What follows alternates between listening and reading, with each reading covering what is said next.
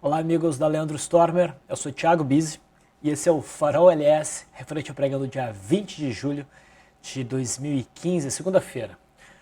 Vamos às movimentações do nosso mercado. A gente tem na tela o gráfico do índice Bovespa.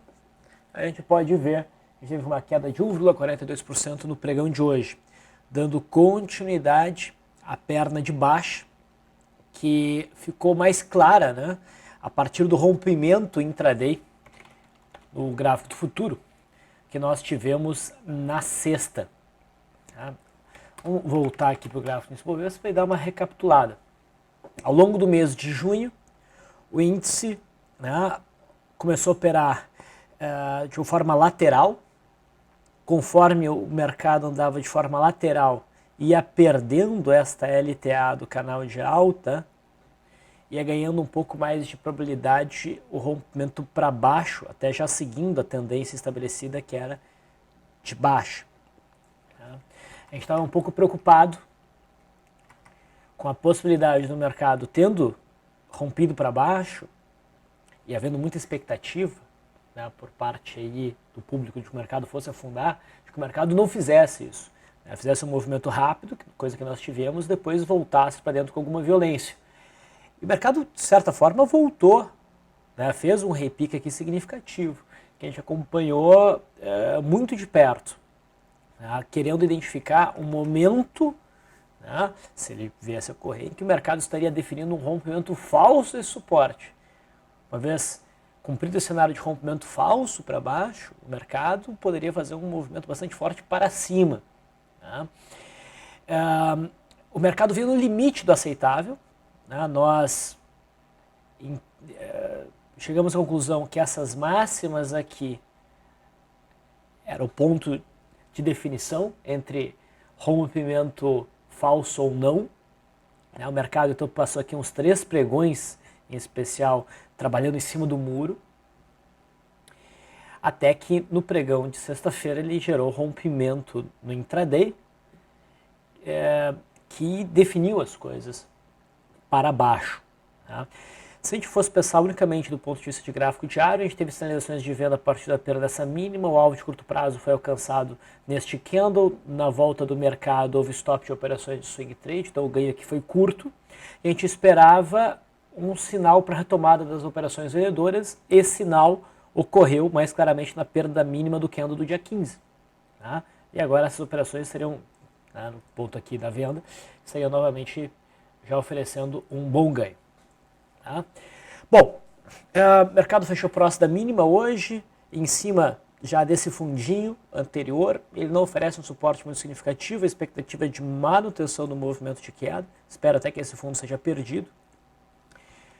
Num prazo maior, a gente deve ver o mercado tentando buscar essa região entre os fundos de fevereiro e março, ali por volta dos 48.200, e a extensão alternada dessa primeira perna, projetada a partir do último topo, antes do rompimento para baixo, que dá 48.700. Então, entre 48.800, na verdade, 48.200, a gente tem um bom alvo.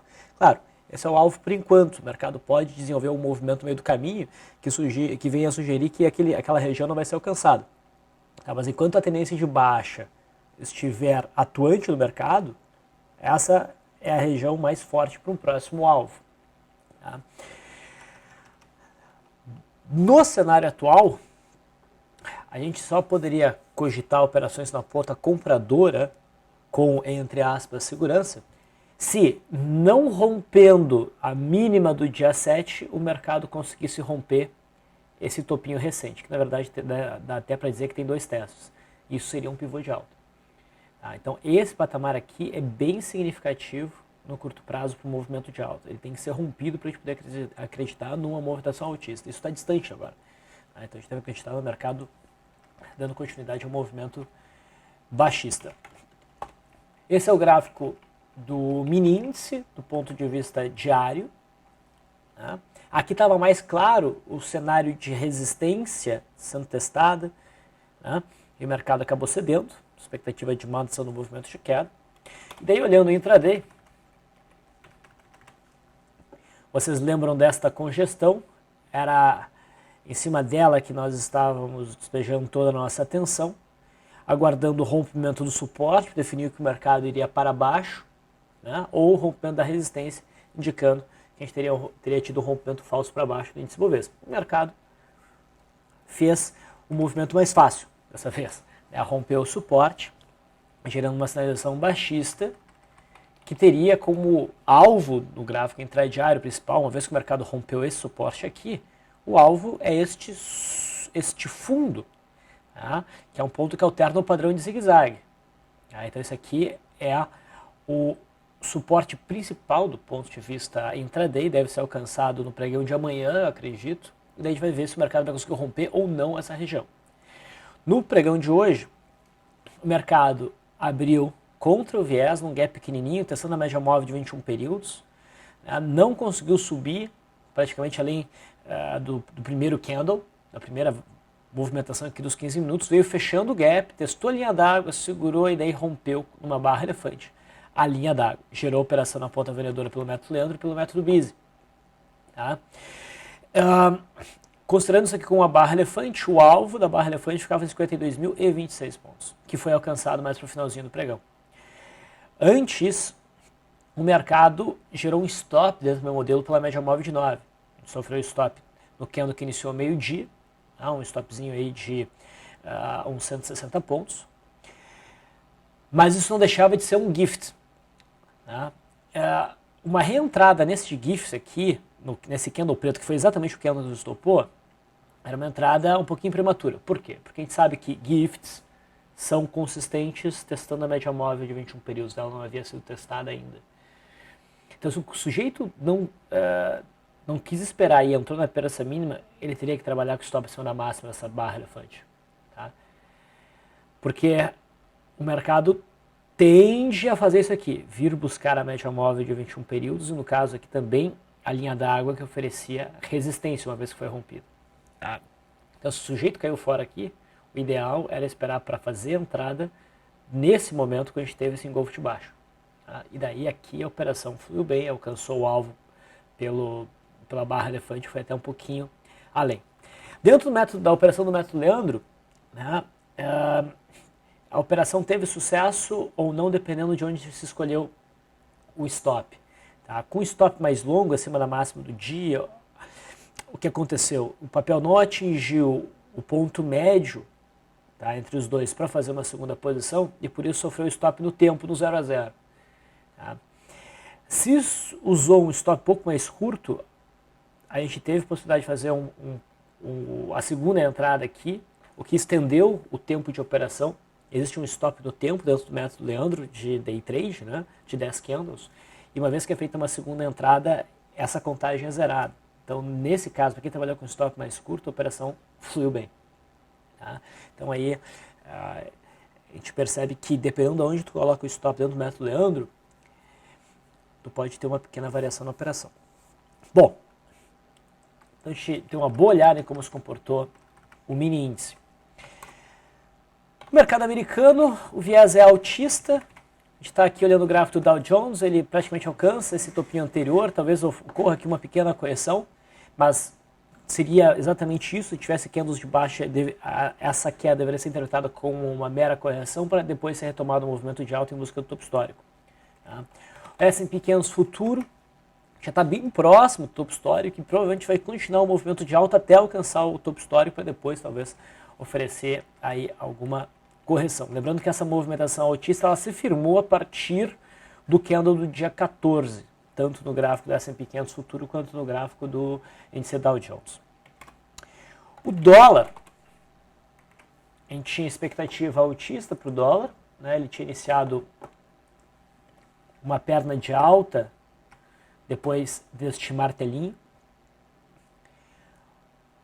O alvo provável é o topo que apareceu ali no começo de julho desse mês, em 3.261 aqui no gráfico diário, que ainda não foi atingido. Então, tem espaço para o mercado subir mais. Esse do G de longa sombra superior, por mais que ele tenha uma leve conotação baixista pela posição dele, não é um sinal para uma venda.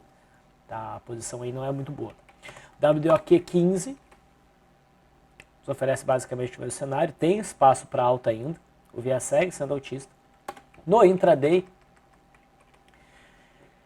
Na sexta-feira, o mercado chegou próximo da faixa de resistência entre 3.220 e 3.226. Veio andando de lado. Essa era uma zona... A expectativa era de alta, né? Só que a gente não tinha ainda o rompimento dessa região. A expectativa era que ocorresse o rompimento. Mas é uma zona turbulenta. No pregão de hoje, o mercado abriu um pouquinho acima da linha d'água, andou de lado, e aqui a gente teve uma barra de ignição. Quem trabalhou isso aqui com uma barra de ignição, apesar da zona turbulenta de resistência, não alcançou o alvo por poucos pontos aqui, da amplitude dobrada. E pela média móvel de 9 teve stop, se não com alguns pontinhos de lucro no 0 a 0. Tá? O que a gente comentou no LS Live é que com esse movimento havia ficado claro o rompimento dessa região. Portanto, a expectativa era de manutenção no movimento de alta para alcançar essa faixa aqui. Tá? O mercado não ofereceu oportunidade outra, que é a barra de ignição para entradas. Tá? No momento que houve a formação desse topo, a gente teria um primeiro movimento e o rompimento dessa máxima, então abriria espaço para compras. Mas, como ficou claro o rompimento dessa região, uma correção para cima dessa região poderia gerar uma operação na ponta compradora. O ideal era que esta linha aqui, que eu vou botar num azul mais claro, viesse testada junto com a média móvel de 21 períodos. É uma entrada que era boa. Essa entrada, a correção que surgiu aqui, ela ficou meio tímida. Esses candles não mostram força, sombra superior, e não toca a média móvel de 21 períodos. Né? E essa estrutura que está aqui desenhada, ela é mais lá de trás. Então, na maior parte das vezes, a estrutura que mais importa é que está mais próxima no tempo. Por isso que o importante era o mercado chegar aqui para a gente ter uma operação bem consistente. E o mercado não chegou. A partir desse candle era até aceitável buscar uma operação na ponta compradora, que pelo menos dá para dizer que a estrutura mais longa, mais lá de trás, foi testada. Esse candle já não tem sombra superior grande, tem sombra inferior um pouquinho maior. Né? A média de 21 períodos foi tocada. Então aqui dá para buscar até uma operação na ponta compradora, e quem entrou usando o meu modelo, pelo menos de stop da média móvel de 9, houve aqui um stop pela média móvel de 9, stop que saiu barato. Tá? E o papel acabou desandando. Tá? Ficou estranho esse movimento. Então, não teve uma entrada muito clara, nem pelo método BIS, nem pelo método Leandro. Tá? Vamos ver como é que o mercado vai se comportar amanhã. Tá? No curto prazo, aqui no intraday, a coisa ficou um pouco bagunçada. O suporte mais forte, na minha opinião, está aqui agora. Mas havendo alguma oportunidade através de setup amanhã na ponta compradora, antes disso dá para aproveitar. Por exemplo, se tiver uma abertura em gap de alta, formação de primeiro movimento, rompimento de linha d'água para cima, enfim. Mas no momento a coisa não ficou tão óbvia. O mercado perdeu um pouco do viés aqui no intraday. Tá? Em relação ao juro, a expectativa era de queda. A gente está olhando aqui o DI 1F17. Inclusive a perda mínima de sexta-feira confirmaria até um cenário meio de maço de bandeira, e até dava para entender aqui um gap de fuga. O mercado perdeu a mínima, acelerou para baixo, ainda não alcançou o alvo. Essa é a região que eu imagino de alvo, tendo uma chance um pouco mais distante do mercado acelerar até a média móvel de 200. Mas aqui é o suporte mais forte, é onde eu espero que o mercado ofereça algum sinal de reversão a esse movimento de queda. A Vale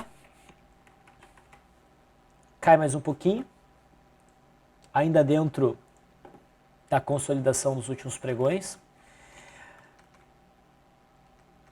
Se a gente ajustar o gráfico, ou se a gente tirar todos os ajustes do gráfico da Vale, vocês vão perceber que por volta ali dos R$14, os 3,85, a gente tem um suporte bem importante. Considerando o gráfico ajustado, seria o fundo do crash de 2008. É difícil que o mercado bata nesse patamar e não ofereça alguma reação. Então, mesmo que a Vale venha a romper essa consolidação para baixo, tá? Que pode até gerar uma venda de swing trade, acredito que o movimento não vá muito longe e depois a gente deve ter alguma reversão por algumas semanas, meses. A Petrobras afundou, deu um bom mergulho, eu já vou trazer essa resistência para cá. Segue operando dentro do canal de alta, agora testa a linha de retorno, mas eu não considero ela muito importante, acho que o mercado pode acelerar ainda o movimento de queda. No intraday, a Petrobras ofereceu uma barra elefante baixista, tá? A operação alcançou o alvo, foi até um pouco além.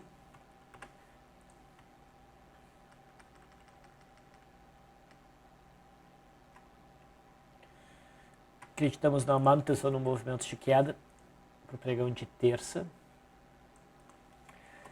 O setor de siderurgia, Gerdau segue caindo, Goal 4 também, Goal 4 caindo mais que a Gerdau. CSNA rompeu essa consolidação para baixo, deve alcançar então o fundo ali de janeiro, por volta dos 4,17.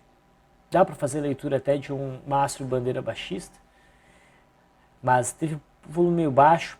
Acredito que o mercado caia para alcançar esse suporte aqui, deve dar uma segurada. Tá? Os em Minas fecha em cima do limite desse fundinho. Se romper esse fundo, ofereceria novo sinal de venda para buscar os 13,35. Setor de bancos, Bradesco rompe a média móvel de 20 períodos para baixo e até vira ela para baixo, expectativa de manutenção do movimento de queda com alvo, né, no curto prazo aqui em 27,30, que é o suporte do retângulo que está se desenhando. 29,40 se tornou uma resistência bem importante, e se houver o rompimento dessa resistência, sem o rompimento desse fundo, a gente vai ter nisso um sinal de compra. É o papel mais significativo do setor, que tem o cenário mais claro. Itaú vem escorregando depois da bonificação, e eu torço para que ele venha buscar os 30,40, onde há o suporte do fundo de outubro. Esse é o gráfico sem ajustes. No intraday, a gente teve uma barra elefante que não foi acionada, houve um processo de gift que foi testar o limite da barra elefante, e nesse engolfo de baixo gerou a operação na ponta vendedora. Um cenário bem clássico, quando a correção é 100% da barra elefante, né, e o gift ainda ocorre, na maioria das vezes vale a pena encerrar a operação no outro extremo da barra elefante, aqui. Então foi exatamente o que a gente teve no intraday de Itaú.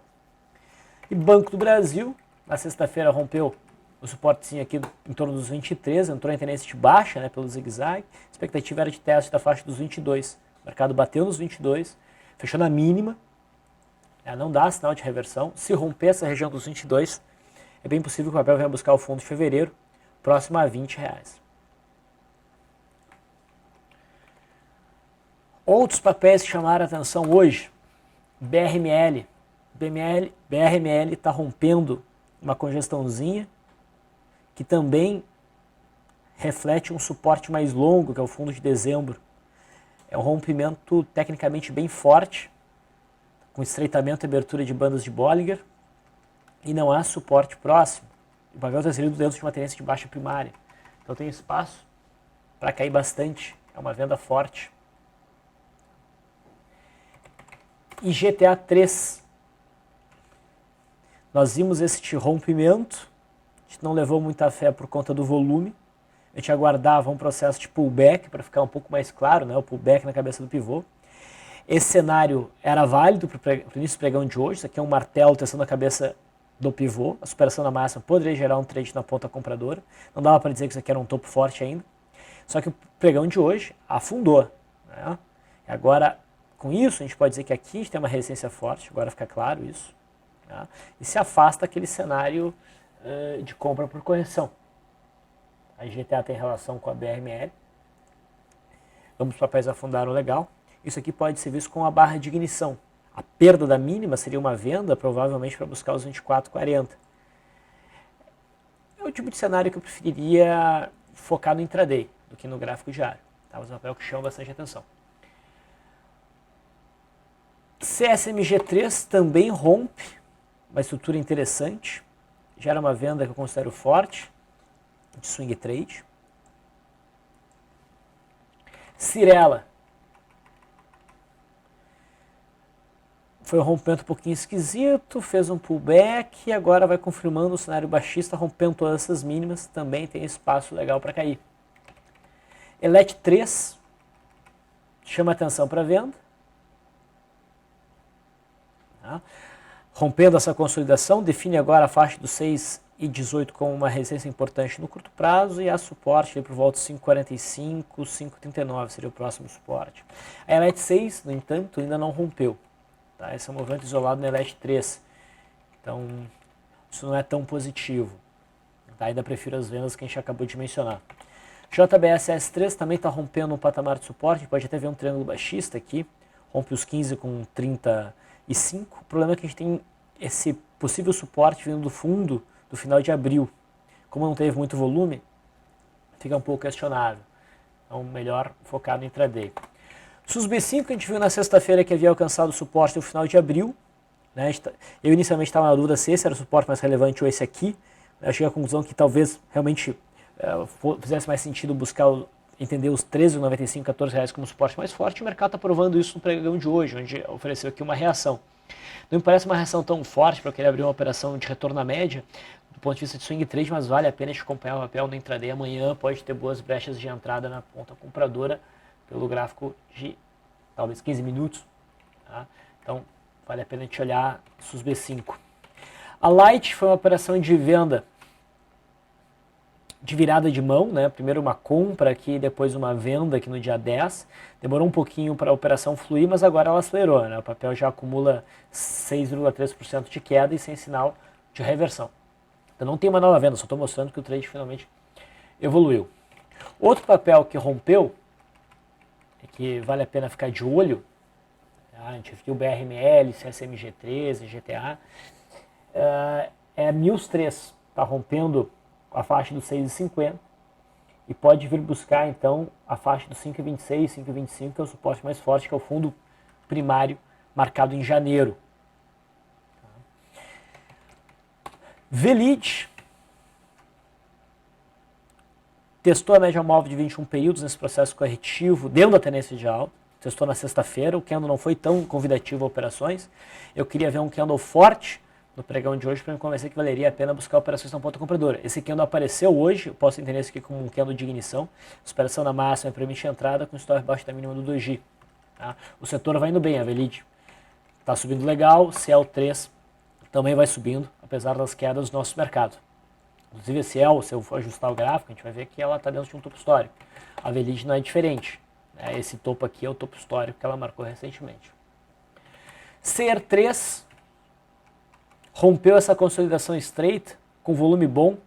Seria uma venda forte se não tivesse esse fundo dos 13, mas vale a pena a gente olhar no intraday para buscar alguma brecha para day trade. Croton também já era um rompimento. Também um pouquinho questionável por essa sombra inferior, testando a CLTB mais longa que foi rompida, né? Mas no geral é venda. Só que a CR3 me parece um rompimento mais forte pelo volume. Tá? Mas se a Croton seguir em queda, o próximo suporte mais significativo seria 10,25, 10,30 e depois o fundo lá de março em 9,33. Esses são os papéis que mais chamaram a atenção em swing trade. Eu não vou falar sobre day trade hoje porque já temos 23 minutos de vídeo. Então, encerro por aqui para não ficar muito cansativo. Para quem está nos assistindo pelo Facebook e pelo YouTube, poderia me responder uma dúvida. A gente está pensando em fracionar, tá, esse vídeo do Farol em índices, papéis que chamaram a atenção e oportunidades de day trade que apareceram no pregão. Não sei se vocês acham que valeria a pena. Fica aí a pergunta. Eu vou ficando por aqui. Até amanhã.